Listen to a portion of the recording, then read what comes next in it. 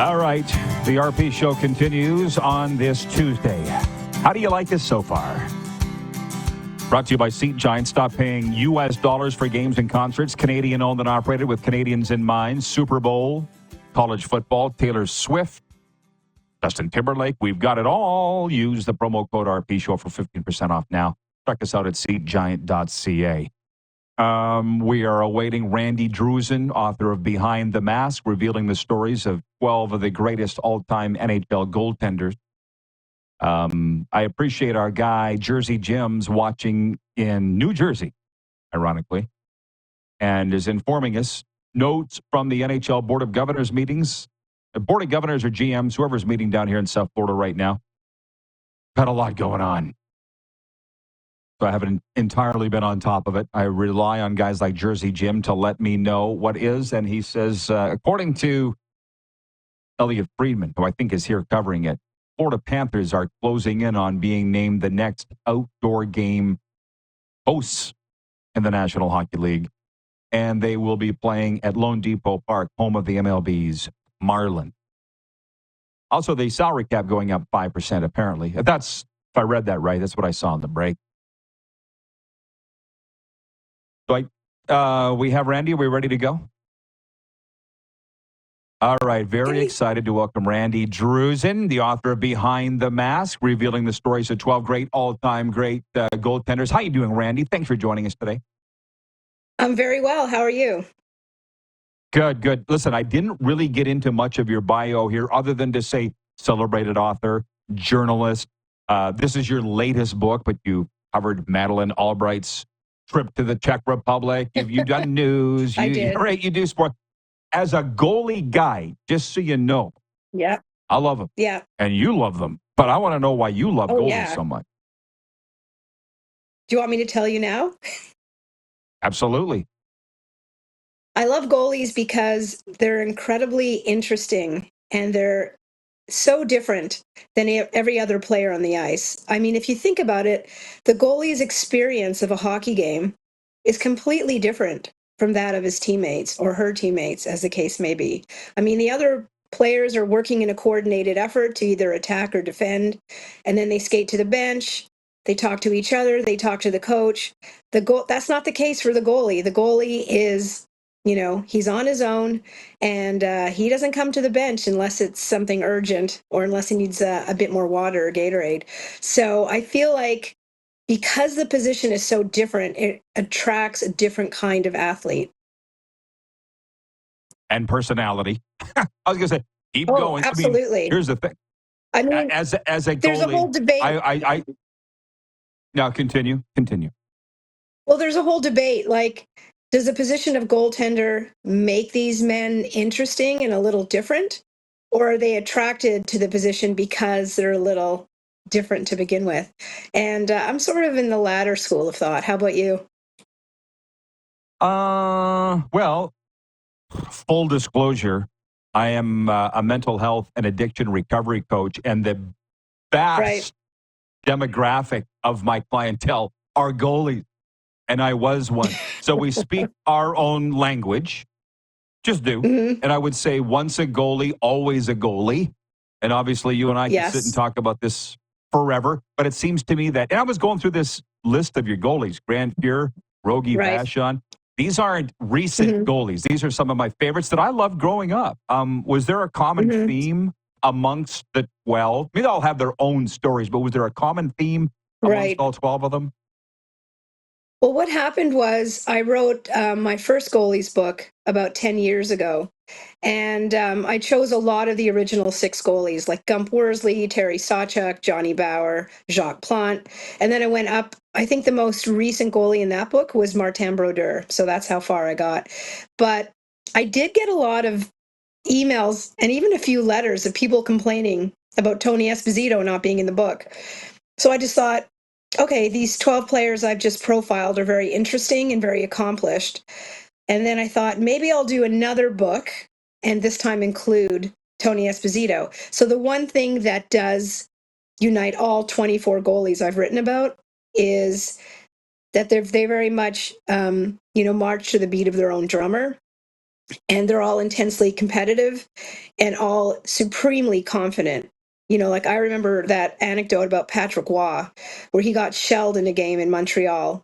He was traded to Colorado. He was sent to Colorado, and I think one of his first conversations with the coaching staff there was, "Your problems are over. I'm going to bring a Stanley Cup to Colorado." And guess what? He did. So that kind of confidence is I've noticed that thread through all the goalies. They're a little different in certain ways, but they all have that incredible confidence. If you could see, if I had a heart monitor on, my heart is singing as I listen to you. And one time I was in a nightclub in Spokane, Washington at the Memorial Cup, and Tony Esposito was in there, and he had a pocket full of his hockey cards. And he was walking around the bar handing out his hockey cards. I'm like, most people, if they're going to hand out anything, it's business cards. Yeah. Tony O is handing out his hockey cards at the Ram in Spokane one night. It was just, whatever, that's Tony. So, yeah. But this is the reason. I'm sorry, go ahead. Yeah, go ahead. No. I get excited about goalies and I start speaking over people. I apologize. But I know So do Tony I. Esposito, we'll make a great team. After his playing days, he did go into management. And that was one of the compliments he got, is that he always made time for fans, and he knew about the appeal of goaltenders, and he never hesitated, to give autographs, to chat with fans. Like, it just never got old for him. I love it so much. I don't assume you will need a list in front of you, but can you tell our viewers who the 12 are that you profiled in Behind the Mat? Can you? In the current book. Yeah. Can I name them in order? I don't know. It's been a while since I've opened my own book. I can Whatever tell you want. Roger Crozier's in there. Crozier, Grant Fuhr, Rogie Vachon, Jerry Cheevers, and then you get into Marc-Andre Fleury, Roberto Luongo, Henrik Lundqvist, Carey Price. So I feel like there's more contemporary goalies in this book than there was in the last one. And I think that's helpful because this book's more appealing to younger readers. I love it. Henrik Lundqvist, Mike Palmateer, Vladislav Tretiak, who many feel is the greatest of them all. Yes. I'd love to talk about Tretiak. He was just, Let her rip. What do you got about Tretiak, number 20? Well, for Tretiak, it was a bit of a challenge getting the information I needed, because I don't speak Russian, and I don't think he's as comfortable giving interviews in English as people believe. So I did hire a translator who asked him the questions in Russian and translated it back into English for me. So that was really something I'd never experienced before. And also just his stories about what was going on behind the scene, in the dressing room, like little things, like telling me one of his first impressions of North America was that the food was awful and he couldn't eat it. So, no spaghetti and meatballs for him, I guess. I don't even know what Russians eat, and I don't care.